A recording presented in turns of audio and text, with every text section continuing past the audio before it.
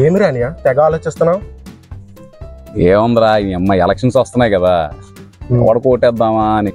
మరి ఏం డిసైడ్ చేసావు? అదే ఆలోచిస్తున్నాను, బీజేపీకి. నవ్వుతావేంట్రా? స్టీల్ ప్లాంట్ అమ్మేద్దాం అన్నోడికి ఓటేస్తావు రానియా? కరెక్టేరా. వైసీపీ. ఏమైందిరా? స్టీల్ ప్లాంట్ అమ్మేద్దాం అన్న దాంట్లో ఫస్ట్ చెయ్యి ఎత్తింది వాడేరాని. ఓకే.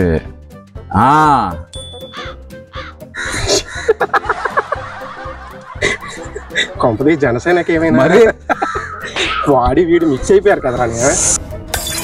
వీడికి ఓటేసిన ఒకటే, ఆడికి వస్తే ఓటేసిన ఒకటే కదా. ఓడిఎం టీడీపీ. ఎంత అమాయకంగా ఉంటావు అనుకోలేదు రాని నువ్వు. ఈసారి ఎలక్షన్ ఇద్దరు పొత్తుగా నిలబడుతున్నారు కదా. మరి ఎలా అయితే ఎవరికి ఓటేస్తాం, ఎవరిని గెలిపిస్తాం రా? ఒక్కరున్నారని. గాజువాక నియోజక ప్రజలారా, ఓటు వేసే ముందు ఒకసారి ఆలోచించండి.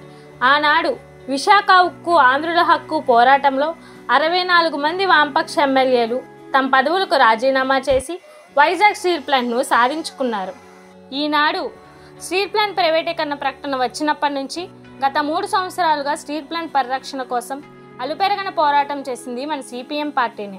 కేంద్రం ఏం చెప్పినా తలాడించేవి మన రాష్ట్రంలో ఆ 3 పార్టీలు. కనుక మే 13వ తారీఖున జరిగే ఎన్నికల్లో గాజువాక నియోజకవర్గంలో ఇండియా కోటను బలపరిచిన మన సిపిఎం పార్టీ అభ్యర్థి శ్రీ మరడాను జగ్గునాయుడు గారికి మీ అమూల్యమైన ఓటు వేసి స్టీల్ ప్లాంట్ రక్షణకై మీ ఓటును అందించగలరు.